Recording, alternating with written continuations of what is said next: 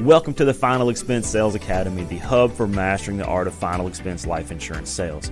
If you're looking to become a pro in the final expense industry, you're in the right place. My name is Kyle Williams, and I'm your host to go through the ins and outs of the final expense business, from tips to tricks to industry insights. We cover everything you need to close deals with confidence, provide true value to your clients, and become a better insurance agent. So hit that subscribe button. Let's get started on elevating your sales game one video at a time.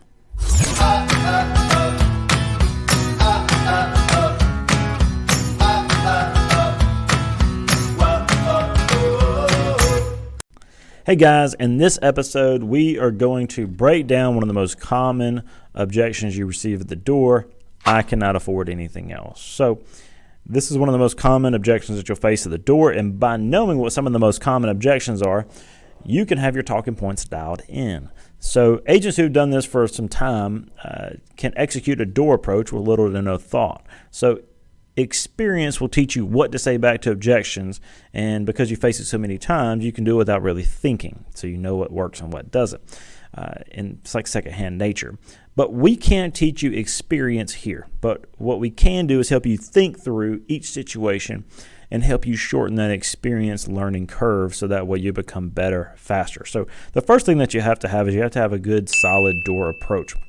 And I'm going to put a link to a video here. I go into further detail about a door approach, what a good door approach looks like. And you can watch that, and we won't go into that here, but it contains a really good door approach. And we're also going into step 2 of the sales process. So we're leaving step 1, going into step 2. So I'll put a link there as well for the sales process if you're not familiar with that. Now, once you get past your initial door approach, you must anticipate that objections are going to come your way. If you just hope that they don't come, you're making a grave mistake, because you're going to set yourself up for failure. Anticipate that the objections come, and if they don't, even easier. So let's break down the objection of I cannot afford anything else. So most agents I see make a big mistake in taking this as 100% certainty when they say this. You should not do that. It should just go one ear out the other. We should determine what it means. So it typically has one of two meanings. Number one is they have insurance and they could be overpaying for it. Or number 2 is they have no income or low income and they're struggling, or the bills are high, something like that. So they legit are struggling. So it's one of those two things, and you have to figure out which one it is. So I'm going to give you an example why to not take that objection as 100% certainty. How many times have you sat down with a client or even a friend or whatever, and you know that they have a decent amount of money, and something gets brought up and they just simply say, I cannot afford that. We can't afford that.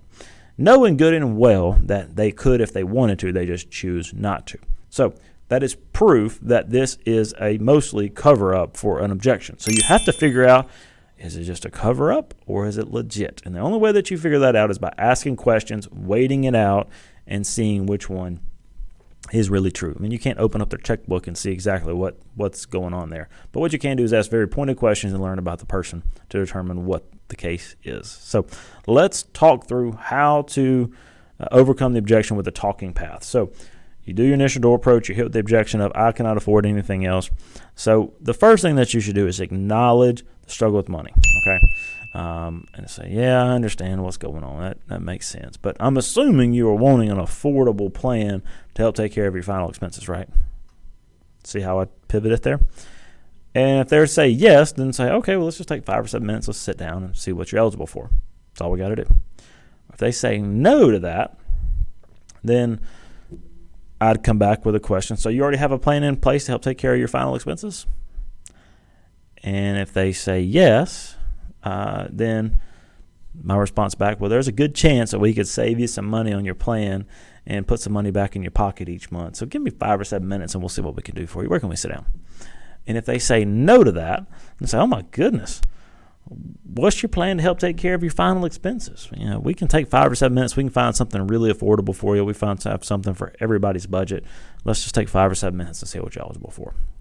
And once you get past that, if you're still struggling, keep trying to talk to the client, keep trying to find a way into the door to try to talk to the individual. But that's a good talking path to get it started.